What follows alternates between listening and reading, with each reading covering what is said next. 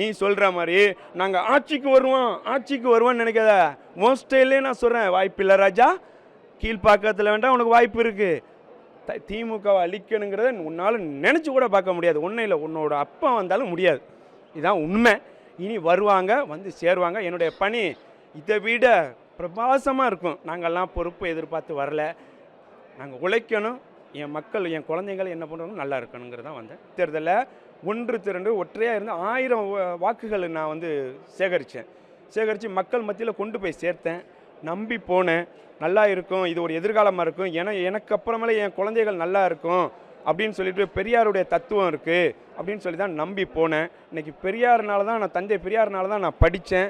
நான் மட்டும் இல்லை, என்னை போன்றவர்கள் எல்லோரும் இருந்தாங்க. அதை கையில் எடுத்தார். இன்றைக்கி அவரே அதையே எதுக்குறாருங்க போகும்போது அவருடைய போக்குகள் சரியில்லாமல் போகுது. ஆர்எஸ்எஸ் உடைய சங் பரிவாருடைய வழியில் போக ஆரம்பிச்சிட்டாரு.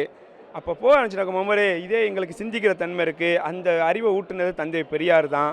பெரியாரை எதிர்த்து எந்த அரசியலும் பண்ண முடியாது. ஏன்னா இதுதான் உண்மை.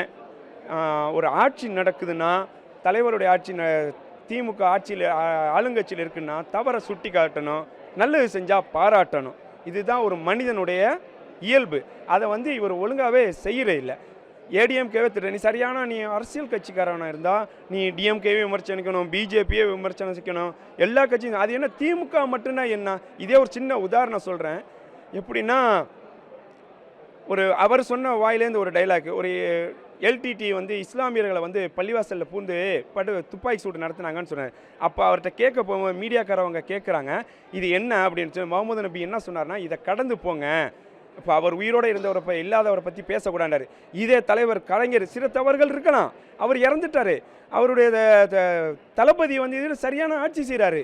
அப்போ நீ இஸ்லாமியர்களுக்கு ஒரு மாதிரி இங்கே போகும்போது கருணாநிதி அவர்களை நீ வந்து விமர்சனம், அவங்க இறந்துட்டாங்க, தவறுகள் செஞ்சுருக்காங்க, மன்னிக்கணும். தளபதி நல்லா செஞ்சுட்டு இருக்காரு, அது நல்லதாக பாராட்டு. மக்களுக்கு நீ வந்து பொதுக்கூட்டம் போடுற, எதுக்கு போடுற, என்ன இருக்குது? நல்லா ரொம்ப பொருளாதாரம் நினைக்கிறேன். நான் ஒரு மெக்கானிக்கு, 2 வீலர் மெக்கானிக்கு. ரொம்ப கஷ்டப்பட்டு நான்லாம் என் குடும்பத்தை வாழ வைக்கிறேன். கடையை பூட்டி நான் வேலைக்கு, நாயை விட கேவலமாக வேலை பார்த்துருக்கேன் நாம் தமிழருக்காண்டி. ரொம்ப நான் பொருளாதாரத்தை நினைக்கிறேன். பொதுக்கூட்டம் என்ன இருக்குது, இந்த டங்ஸ்டன் அந்த ப்ரோக்ராம் நடக்குது, ஆர்ப்பாட்டம் நடக்குது, அதில் போய் உட்காரு.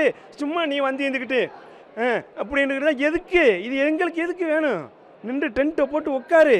எத்தனை நாள் நடக்குது அது உட்காரு. அதுதான் நல்ல அரசியல் கட்சியோட தலைவர். பெரியார், தந்தை பெரியாரை நினச்சி நீ வாழ்ந்துருவியா? முடிஞ்ச சும்மா 4 பேரை வச்சுக்கிட்டு, சும்மா பாடி கார்டை வச்சுக்கிட்டு இப்படி பேசுகிற இதா? அண்ணன் கோவை ராமகிருஷ்ணனை வந்தாங்களே, உன்னால் என்ன பண்ண முடிஞ்சு? ஓடி போய் ஒளிஞ்சிடுறா?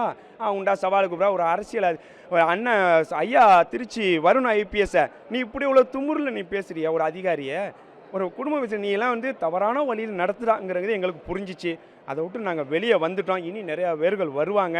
தளபதி ஆட்சியை 2026 நீ அழிக்கணும்னு நினச்சியாக்க அட்ரஸே இல்லாமல் போயிடுவா. திமுகங்கிறது ஒரு கடல், அது யாராலையும் கவுக்க நினைக்க முடியாது. கவுந்தவங்க தான் இருக்கிறாங்களே தவிர கவுக்கணும்னு நினைக்க முடியாது. நீ சொல்கிற மாதிரி நாங்கள் ஆட்சிக்கு வருவோம்னு நினைக்காத. உன் ஸ்டைல்லே நான் சொல்கிறேன், வாய்ப்பில்லை ராஜா. கீழ்ப்பாக்கத்தில் வேண்டாம் உனக்கு வாய்ப்பு இருக்குது. திமுகவை அழிக்கணுங்கிறத உன்னால் நினச்சி கூட பார்க்க முடியாது. ஒன்றும் இல்லை, உன்னோட அப்பா வந்தாலும் முடியாது. இதுதான் உண்மை. இனி வருவாங்க, வந்து சேருவாங்க. என்னுடைய பணி இதை விட பிரபாசமாக இருக்கும். நாங்கள்லாம் பொறுப்பு எதிர்பார்த்து வரல. நாங்கள் உழைக்கணும். என் மக்கள், என் குழந்தைகள் என்ன பண்ணுறோம் நல்லா இருக்கணுங்கிறதான் வந்தேன். நன்றி.